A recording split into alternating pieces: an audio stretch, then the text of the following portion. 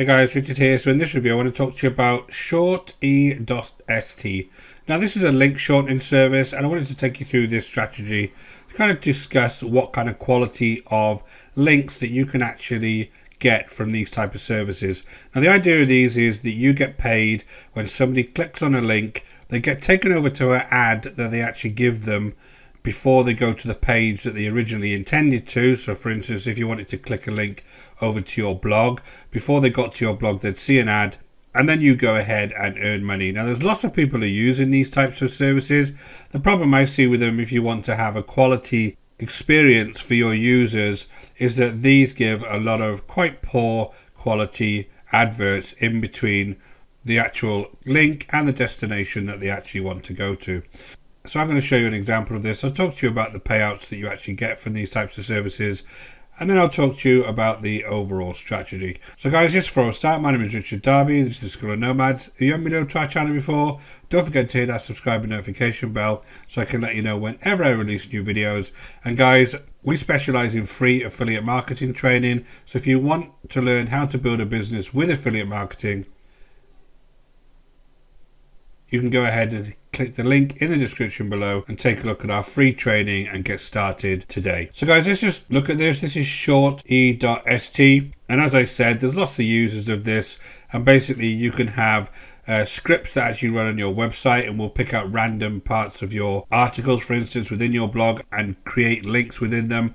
Or you can have things like widgets, or you could just use this to shorten any kind of links that you've got. So I'm actually going to show you an example of this so that you can see what you're going to get. So I'm just going to use something like Medium, and I'm going to take an article from Medium, and I'm going to say that this is the article that I was actually going to share a link to with this particular service. So the first thing we do is we go back and we just create the link to the service and we shorten that link, and this is the actual link. It looks pretty ugly, but this is the link that you would share.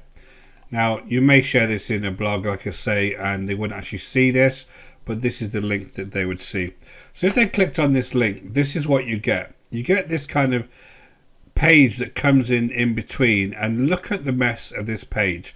You get a pop-up here, you get some kind of skip this ad thing here, you get a link here, and then you got this that appears that something is now running within my window operating system. So this is very, very spammy.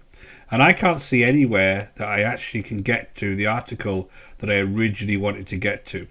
So this is very, very spammy for your users if this is what you want to do as far as sharing links is concerned.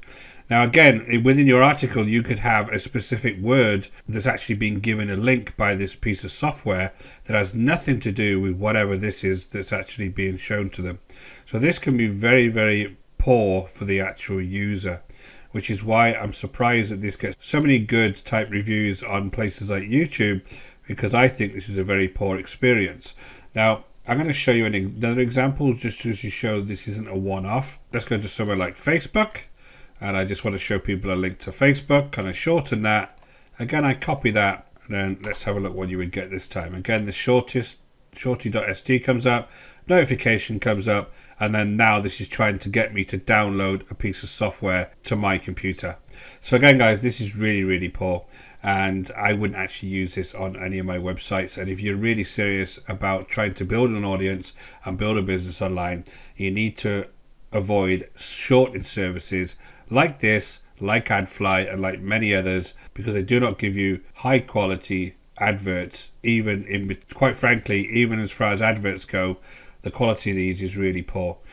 Now these do pay out, guys. You know, you can get $14 per 1,000 views in the US, $10 in the United Kingdom. Now just as a kind of comparison, I do YouTube advertising, and my CPM, which is the cost per 1,000 views, or the amount per 1,000 views guys can expect, is around $30. So it's double these rates. So these aren't even as high as AdSense, and you would be much better using AdSense on your blogs, on your websites, because what happens with AdSense is that Google at least attempt to get adverts displayed on your site that are congruent with the site that you actually got. So if you've got a site that concentrates on weight loss, for instance, it will try and find weight loss adverts. If you've got a site that concentrates on bodybuilding, it'll try and give you adverts congruent with bodybuilding. It knows that there's a higher likelihood that people are actually going to click on those particular ads, and of course Google makes money. So guys, I would advise you to keep away from this. These are very, very poor services and very, very spammy services, and you need to forget about this type of way to make money online if you're truly serious. I hope this is of value to you guys. My name is Richard Darby. This is the School of Nomads.